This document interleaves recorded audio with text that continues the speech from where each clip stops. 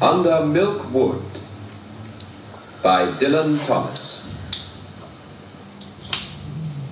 To begin at the beginning.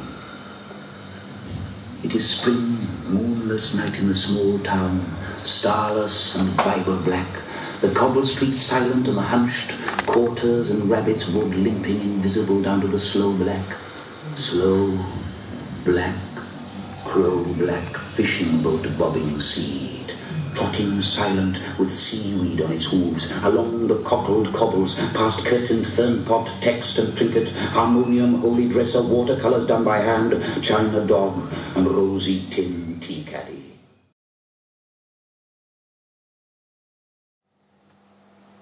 Remember me, Captain? You're dancing, Williams. I lost my step in Nantucket. You see me, Captain, the white board talking. I'm Tom Fred, the donkey man. We shared the same girl once. Her name was Mrs. Probert. Rosie Probert, 33 Duck Lane.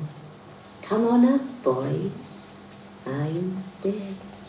Hold me, Captain. I'm Jonah Jarvis, come to a bad end. Very enjoyable.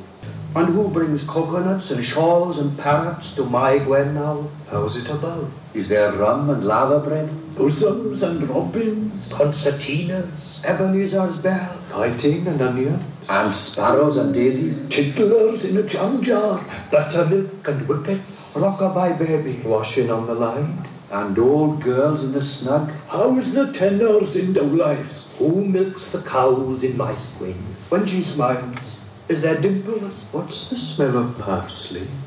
Oh, my dead dear.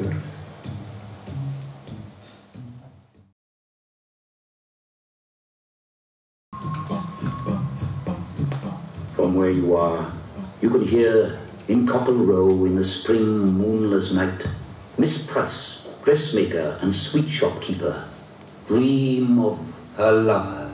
Tall as the town clock tower, Samson syrup gold-maned, whacking-thighed and piping hot, thunderbolt-braced and barnacle-breasted, flailing up the cockles with his eyes like blow-lamps, and scooping low over her lonely, loving, hot water bottle body.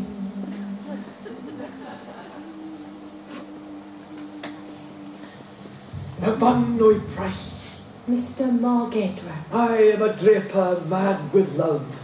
I love you more than all the flannelette and calico, candlewick, dimity, crash and merino, tussor, creton, crepon, muslin, poplin, chicken and twill in the whole cloth hall of the world.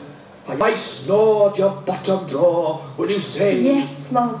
Yes, Mark. Yes, yes, yes.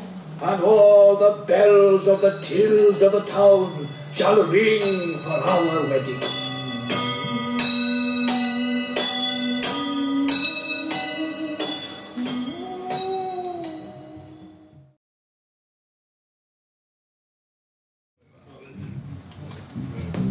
now, in her iceberg white, holily laundered crinoline nightgown, and the virtuous polar sheets in her spruced and scoured, dust-defying bedroom in trig and trim bay view, a house for paying guests at the top of the town.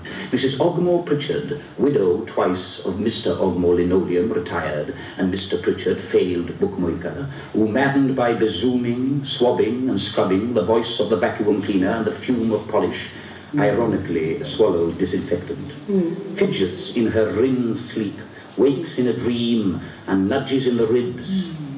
Dead Mr. Ogmore, dead Mr. Pritchard, ghostly on either side. Mr. Ogmore, Mr. Pritchard, it is time to inhale your balsam. Oh, Mrs. Ogmore. Oh, Mrs. Pritchard. Soon it will be time to get up. Tell me your tasks in order.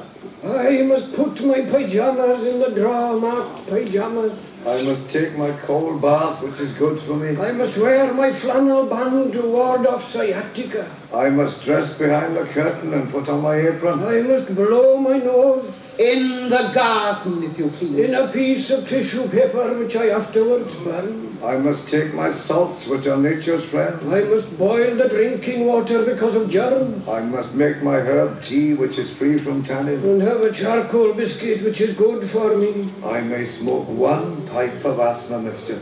In the woodshed, if you please. And dust the parlour and spray the canary. I must put on rubber gloves and search the peak for fleas. I must dust the blinds and then I must raise them. And before you let the sun in, mind it wipes its shoes.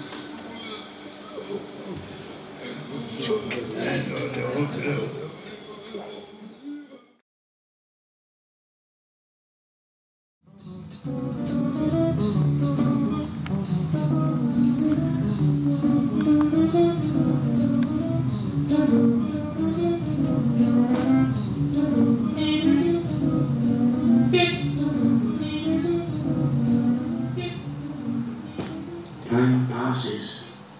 Listen. Time passes. An owl flies home past Bethesda to a chapel in an oak. And the dawn inches up.